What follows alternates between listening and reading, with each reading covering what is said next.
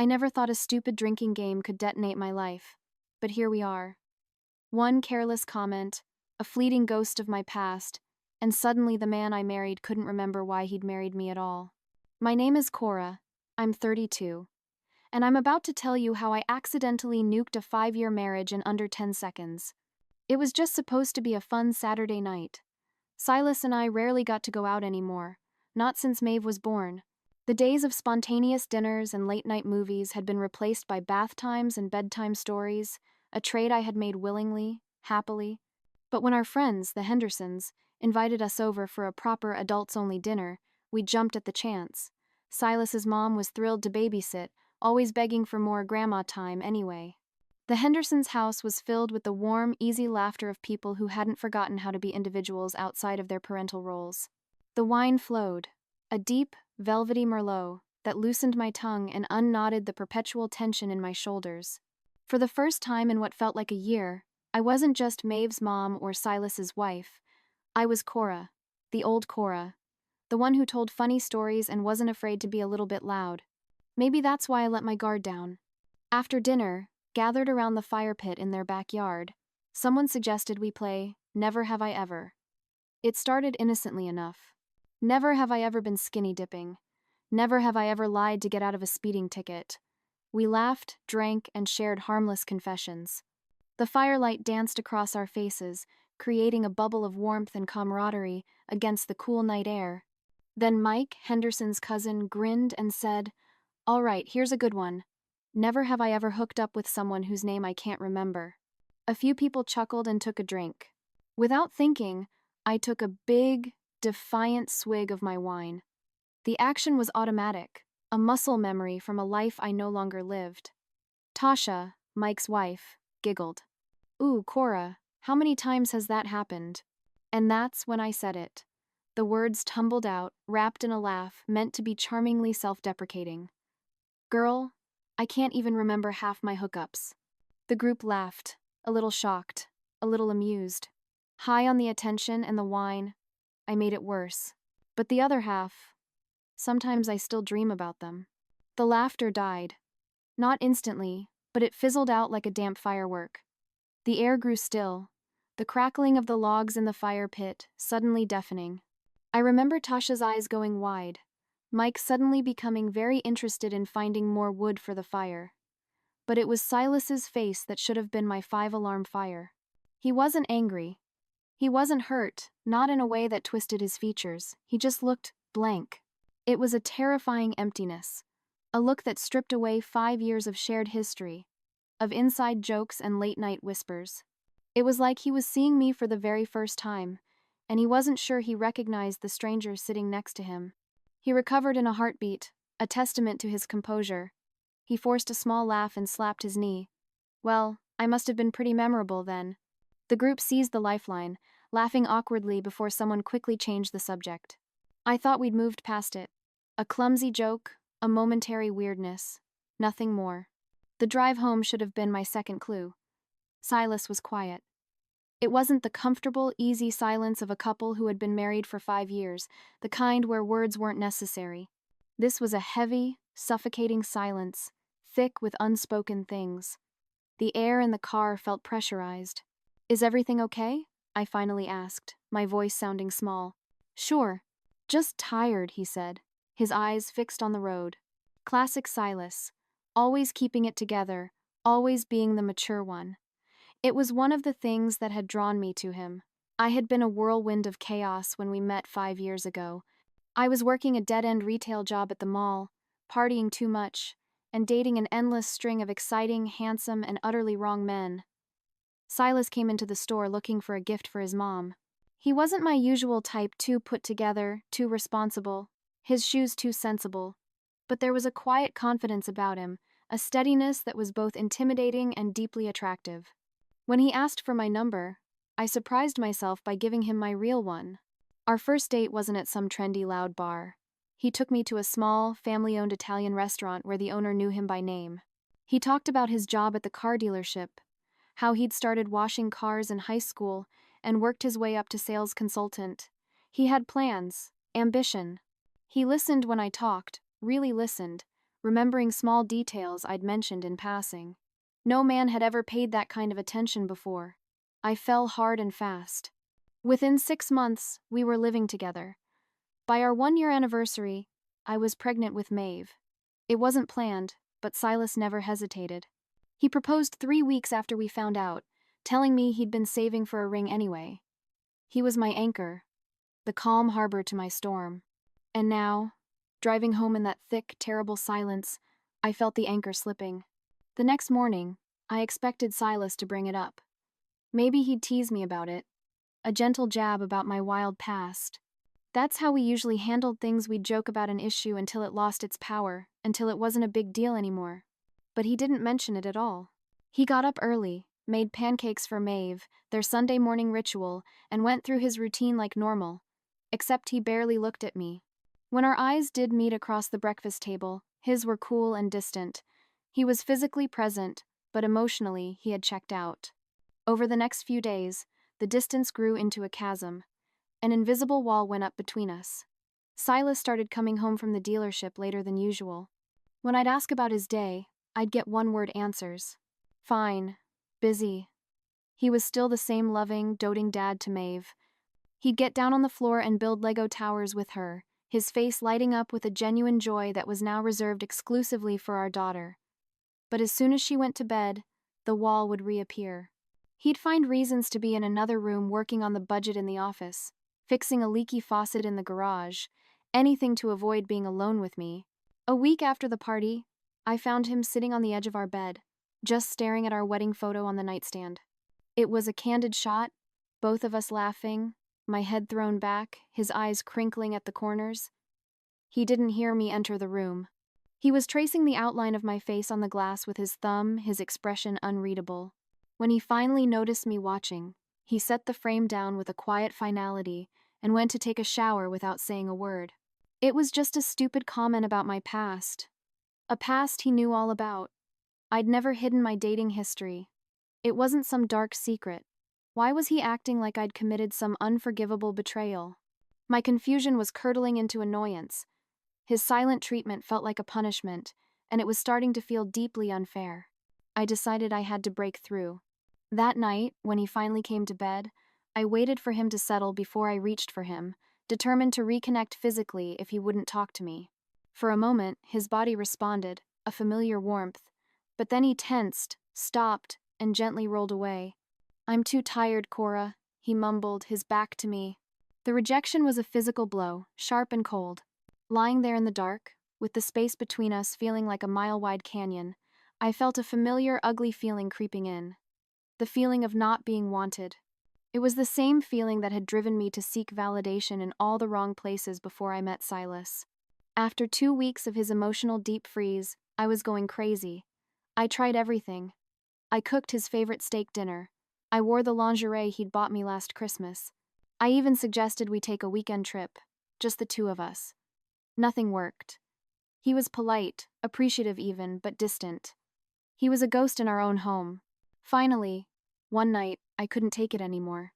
He was sitting on the couch, flipping through channels, not really watching anything. "Babe, what is going on with you?" I finally asked, my voice tight. "Is this still about what I said at the party? It was just a stupid joke." He muted the television and turned to look at me. His eyes weren't angry, they were weary. "Do you really not get why that might bother me? Hearing my wife joke about dreaming of other men?" "Oh my God," I said, rolling my eyes in exasperation. "I didn't mean it literally. I was drunk and trying to be funny. Why are you being so sensitive?" The word hung in the air between us, ugly and accusatory. "It's not about being sensitive, Cora. It's about respect," he said quietly. He got up from the couch. "I'm going to bed. I have an early meeting tomorrow." That night, lying awake beside my silent husband, I did something I hadn't done in over 5 years. I picked up my phone, my fingers trembling slightly, and reinstalled Tinder. I told myself it was just curiosity. I just wanted to see who was out there. I wasn't going to message anyone. I just needed something, anything, to make me feel wanted again. The matches started coming in almost immediately. A swipe, a ping, a new face. It was a digital flood of validation. You're beautiful. I can't believe someone like you is on here. The compliments were shallow, meaningless, coming from strangers who knew nothing about me. But they felt good. They felt like water in a desert. I was careful. I set up my profile with pictures that didn't show my face too clearly, a shot of me from the side, another where my hair was obscuring my features. I used my middle name, Anne. I wasn't really cheating, I reasoned. I was just looking for a little ego boost while Silas figured out whatever issue he was having. This was a temporary fix, a band-aid for a wound he had inflicted with his coldness. The next morning, he left for work before I woke up. A note on the counter said he'd already taken Maeve to daycare, and that I should pick her up since he had to work late. Again, the familiar sting of being pushed aside was quickly overshadowed by a notification on my phone. It was a message on Tinder from a guy named Jared. That smile is gorgeous. What's a girl like you looking for on here? Before I could overthink it, before the guilt could settle in, I typed back. Just some fun conversation. My life's a little boring right now. We chatted all morning while I was supposed to be folding laundry. He was funny and flirty and unabashedly complimentary.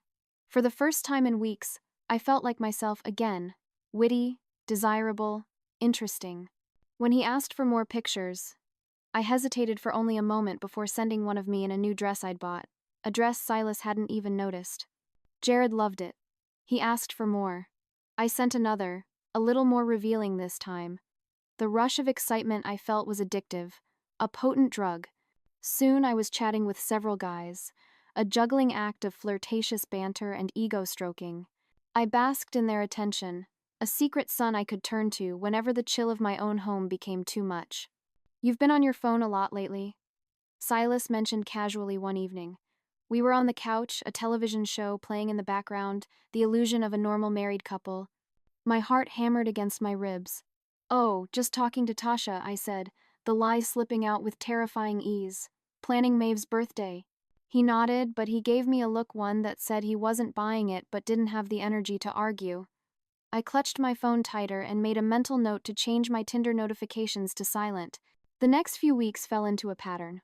Silas and I coexisted. We were roommates who shared a child. We managed the logistics of our lives with a detached efficiency. And whenever he wasn't around, whenever the loneliness and resentment became too much, I turned to my phone. I started taking more care with my appearance, not for Silas, but for the photos I was sending to strangers. I told myself it wasn't real cheating if I never met these men in person. It was a game, a harmless fantasy. But the messages became more explicit. The photos, more revealing. The lies, bigger. I password protected my phone. I started deleting message histories obsessively. I created a secret email account. All the while, Silas grew more distant, a ship sailing away from a shore he no longer recognized. One night, out of nowhere, he asked, "Do you ever think about where we went wrong?" The question caught me off guard. "What do you mean?" "We're fine," I said automatically, though we both knew it was a lie. "Are we?" He looked at me, really looked at me, with an expression of profound sadness. "I don't think I know who you are anymore, Cora." His words should have been a wake-up call. They should have made me delete the app and beg him to talk to me, to work through whatever this was. Instead, they felt like another rejection, another confirmation that he had already given up on me. That night, fueled by a bitter mix of anger and hurt, I crossed a line I hadn't before. I sent one of my Tinder matches photos I would never share with anyone but my husband. Photos that left nothing to the imagination. The entire time, a mantra played in my head, a desperate justification for my own betrayal. This is Silas's fault. He drove me to this. I never expected Silas to go through my phone. In our 5 years together, we'd always respected each other's privacy. It was one of our unspoken rules, a foundation of trust that I now realized I had systematically dismantled, so I got careless. I stopped closing the apps when I set my phone down. I didn't bother deleting messages right away anymore. The secret world and the real world were beginning to bleed into one another. I was in the shower, taking extra time with my hair because one of my new Tinder guys, Mark, had a thing for redheads and had asked for some fresh photos. Silas had been acting weird all day. Quieter than usual, which was saying something. I'd caught him watching me a few times with an intensity that made my skin prickle. When I came out of the bathroom, wrapped in a towel. I found him. He was sitting at our small kitchen table, my phone in front of him. The screen lit up. My stomach dropped to the floor. I knew. Instantly. His face told the whole story. It was calm, controlled, but his eyes were full of something I had never seen before, not just anger, not just hurt, but a cold, hard certainty. Had a good shower? He asked. His voice was terrifyingly even. What are you doing with my phone? I tried to sound outraged, indignant, but my voice came out thin and shaky. Funny, that's not the first question I expected, he said, not looking up from the screen. He turned my phone around. On it was my Tinder chat with Jared, including every single photo I had sent him. I was thinking you might start with an explanation for this. For a split second, I considered confessing, begging for forgiveness, throwing myself at his mercy, but then a strange defensive anger took over, a reflex to protect myself from the shame. How dare he? How dare he go through my private messages? This wouldn't have happened if he hadn't been so cold to me. This was his fault. You went through my phone? I snatched it from the table, clutching my towel with my other hand. What is wrong with you? That's private. Silas didn't react to my outburst. He just sat there, unnervingly calm. Private. That's interesting, Cora. I didn't realize marriage included private online relationships with other men. You're twisting everything. My voice was getting louder, higher. This wouldn't have happened if you hadn't been ignoring me for weeks. What was I supposed to do? I don't know, he said, his voice still level, which only made me angrier. Maybe talk to your husband instead of sending nude photos to strangers on Tinder? Don't you dare judge me. I was nearly shouting now. You've been treating me like I'm invisible since that stupid party. You checked out of this marriage weeks ago, and now you're trying to make me the bad guy? I was processing something hurtful, my wife said, he countered, finally standing up. You were cheating. I then noticed several pieces of paper on the table. Screenshots. He'd taken screenshots of everything. And not just with one guy, Cora. How many were there? 5? 6? That I found in just 20 minutes. Going through my phone is disgusting. I screamed, completely ignoring his question. The accusation of his snooping felt like a safer battleground than the reality of my actions. You're a controlling creep. You probably planned this, waiting for me to slip up so you could catch me and play the victim. A small noise from the hallway made us both freeze. Maeve stood there, her small frame silhouetted in the dim light from her bedroom. She was in her bunny pajamas, her eyes wide and frightened, her stuffed bunny clutched to her chest. Mommy, she whispered, her voice trembling. Why are you yelling at Daddy? The fight drained out of me, replaced by a wave of cold, nauseating shame. Silas walked over and picked her up without a word to me. It's okay, little bean. Let's get you back to sleep. I stood frozen in the kitchen, gripping my phone, the towel suddenly feeling flimsy and inadequate. I heard him talking softly to her down the hall, probably making up some comforting lie about why Mommy was screaming at Daddy in the middle of the night. When he came back, his face had changed. The anger was gone, replaced by a profound weariness that seemed to age him by a decade. You know what the sad part is? He said quietly, his voice raspy. I was actually convincing myself that I was overreacting to what you said at the party, that maybe I was being too sensitive. He looked at me, and for the first time, I saw genuine pain in his eyes. I was going to apologize to you tonight. That was my chance. The door was open a crack. I should have seized it, apologized, begged for another chance. But the defensive rage was still burning too hot, a shield against the crushing weight of my own guilt. So this is all because I made one joke about my past? I spat. You're that insecure that you had to punish me for weeks, then invade my privacy to find something to be mad about? Silas sighed and gathered the screenshots into a neat pile. It was never about your past, Cora. It was about hearing my wife joke about dreaming of other men in front of our friends. It was disrespectful. But I was working through it. He looked up at me, his gaze clear and steady. This, though, he gestured to the pile of papers, this isn't a careless comment. This is a deliberate choice. A choice you made over and over again. If you had just... No. He cut me off, holding up a hand. There's no justification for this. Not my reaction to your comment. Not feeling ignored. Nothing. You chose to do this instead of working on our marriage. A sudden cold fear gripped me. So, what now? I asked, my voice barely a whisper. I'm taking Maeve to my parents tomorrow, he said, his tone final. We need some space. And she doesn't need to be around this. You can't take my daughter, I panicked, the reality of what was happening finally breaking through my wall of anger. Our daughter, he corrected calmly. And yes, I can. You can see her whenever you want, but I'm not staying here right now. The next morning, Silas was gone before I woke up. He'd left a note on the kitchen counter, the same counter where he'd confronted me, saying he'd taken Maeve to daycare and would pick her up later. I called his cell phone 5 times, each call going straight to voicemail. I left increasingly angry messages, demanding he come home, accusing him of kidnapping our daughter, threatening to tell everyone what a controlling, privacy-invading husband he was. Each message was a frantic attempt to reframe the narrative, to cast him as the villain and me as the victim. By evening, I was frantic. He finally texted back. Maeve and I are safe at my parents' house. I'll bring her by tomorrow so you can get her some clothes and toys. I immediately called his sister, Vanessa. We had always been close, more like sisters than in-laws. She would understand. She would help me talk some sense into him. Hey V, I said, trying to keep my voice steady when she answered.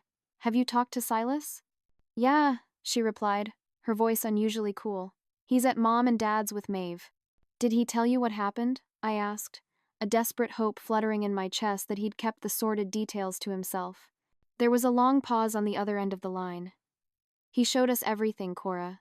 My stomach dropped. Everything? The screenshots. The conversations. The pictures, she said, her voice flat and laced with a disappointment that was worse than anger. Everything. He had no right to go through my phone. I insisted, my defense mechanism kicking into high gear. And those were private messages. He had no business sharing them with anyone. Are you serious right now? Vanessa's voice rose, losing its cool composure. You're worried about privacy after what you did? Those weren't just some flirty texts, Cora. I saw what you sent those men. He drove me to it, I cried, the tears finally coming. He's been treating me like I don't exist for weeks. I don't know, Cora. Maybe talk to your husband? Or a therapist? Literally anyone besides random men on Tinder. She sighed heavily. Look, I love you. Your family. But I can't believe you're trying to justify this. My own family wasn't any better. When I called my sister, giving her my carefully edited version of events, she wasn't buying it. Cora, she finally said, her voice gentle but firm. Has Silas ever given you a reason not to trust him before this? No, but... So what made this time different? Why would he suddenly start checking your phone unless he had a reason to be suspicious? I felt a flash of betrayal. Are you taking his side too? I got a call from Silas this morning, she admitted quietly. He sent me some of the screenshots. Not the photos, just the conversations. He had no right. I was shouting now, tears streaming down my face. Cora, listen to yourself, my sister said, her voice sharper than I'd ever heard it. You're more upset about your privacy than the fact that you betrayed your husband. After almost a month of this limbo of tense handoffs with Maeve in public parking lots and stilted phone calls about logistics, I texted Silas, asking if we could meet to talk. I suggested the diner where we used to go for breakfast every Sunday before Maeve was born, thinking the nostalgia might help my case. When he walked in, my heart skipped a beat. He looked tired, with dark circles under his eyes, but he was still so handsome in that understated way that had first attracted me to him. Silas, I want to apologize, I began, having rehearsed the words 100 times. What I did was wrong. I've deleted all the apps, blocked all those guys. It won't happen again. He studied me for a long moment, his expression unreadable. I appreciate that, Cora. But I need to know, what exactly are you sorry for? The question caught me off guard. For the Tinder stuff, obviously. For talking to those guys. And why was it wrong? He pressed, his gaze unwavering. I frowned, feeling defensive. Because it upset you. Silas sighed and leaned back in the booth, a look of deep disappointment on his face. Not because it was a betrayal of our marriage vows? Not because it was cheating? I told you, I never physically. I know what you didn't do, he cut me off. I'm asking about what you did do. Fine. Yes, It was wrong, I said, irritation creeping into my voice. I shouldn't have done it. Can we move forward now? That's what I'm trying to figure out, Cora. Can we? He ran a hand through his hair. Because I'm not sure we want the same things anymore. My heart was pounding now. What does that mean? I think we have fundamentally different views on commitment and respect, he said, his voice gentle but firm. What happened? Your comment at the party, my reaction. Your response to my reaction, it showed me that. It was one mistake, I protested. Everyone makes mistakes. It wasn't just one mistake, though, he said, his voice heavy with a finality that terrified me. It was a pattern of choices. A pattern that revealed how you really feel about our marriage. He reached into his jacket pocket and pulled out an envelope, sliding it across the table. I think we need a more formal separation while we figure things out. I stared at the envelope without touching it. What is that? A separation agreement. It covers living arrangements, expenses, and a temporary custody schedule for Maeve. Custody schedule? I repeated, the words feeling foreign and sharp in my mouth. I looked up at him, my vision blurring with tears. You promised me forever. What happened to that? He looked at me, his eyes full of a sorrow so deep it seemed bottomless. You did, he said quietly, not unkindly. You happened to it. And until you can really see that, nothing will change. A week later, I was served with divorce papers. The reality hit me with the force of a physical blow. This was real. Cold, legal language on thick paper, dismantling the life we'd built together. Paragraphs about property division, custody arrangements, child support calculations. By the time the divorce was finalized 6 months later, I'd moved into a smaller apartment closer to my new job. Silas had gotten his promotion to finance manager at the dealership. We settled into a routine with Maeve. She stayed with him during the week, in the house that used to be our home, and with me most weekends. I tried dating again, downloading the apps with a sense of grim determination. But it wasn't the same. Before Silas, I dated for fun, for the thrill of someone new wanting me. Now, every date felt hollow, every man a pale comparison to what I had lost. It was at Maeve's school open house that I saw him with someone new. I spotted them immediately. Silas was sitting in the second row, with Maeve bouncing excitedly in the seat next to him. And beside Maeve was a woman I didn't recognize. Her head was bent close to my daughter's as they looked at something in Maeve's hands. "Mommy!" Maeve squealed, waving frantically when she saw me. "Come see my drawing." As I approached, a knot of dread tightening in my stomach, Silas stood up. "Cora, this is Paige," he said, gesturing to the woman. "Paige, this is Maeve's mom. Cora." "Nice to meet you," Paige said, offering a genuine friendly smile that I couldn't bring myself to return with equal warmth. "Maeve talks about you all the time." "Paige works at the dealership," Silas explained. "In the accounting department." Throughout the teacher's presentation, I couldn't stop watching them. They looked so comfortable together, the three of them. A ready-made family. At one point, Maeve whispered something to Paige, who laughed and whispered back, both of them giggling. Silas watched them with an expression of contented affection I recognized all too well. It was the way he used to look at me. Later, as we were leaving, Maeve informed me, "Paige is making pancakes for breakfast tomorrow. With chocolate chips." "That sounds delicious, sweetie," I managed to say, avoiding Silas's eyes. I made it to my car before the tears came. I sat there in the dark parking lot, the steering wheel cold beneath my hands, struck by the brutal realization that he had truly moved on. He'd meant it when he said our marriage was over. He hadn't been punishing me. He had been protecting himself. The next time I dropped Maeve back at Silas's house, Paige's car was in the driveway. After Maeve ran inside, Silas stepped onto the porch. "Look, Cora," he said, his expression serious. "I wasn't going to say anything yet, but I think you should hear it from me. Paige and I are talking about her moving in together." The ground seemed to shift beneath my feet. "Oh, it won't change anything with our custody arrangement," he assured me quickly. "I see." I swallowed hard. "And Maeve? She's okay with this?" "She loves Paige," Silas said, his voice gentle. "They get along really well." "That's great." I blinked back fresh tears. "I'm happy for you." The lie tasted like ash in my mouth. As I drove away, I finally allowed myself to acknowledge the truth I'd been avoiding for months. This was real. This was permanent. My marriage was over, and it was my fault. Not Silas's for being hurt by my careless words. Not Silas's for needing space to process that hurt. Not Silas's for refusing to overlook my betrayal. Mine. The realization was both painful and strangely freeing. Painful because it meant accepting that I couldn't blame anyone else for where I'd ended up. Freeing because maybe, just maybe, if I could acknowledge my role in destroying my marriage, I could avoid making the same mistakes in the future. But even as I had this moment of clarity, a stubborn, defensive part of me still whispered in the back of my mind. If he'd really loved me, he would have fought harder. If he'd been more understanding about that stupid comment, none of this would have happened. And I knew then that while I might be starting to see my responsibility, I hadn't fully embraced it.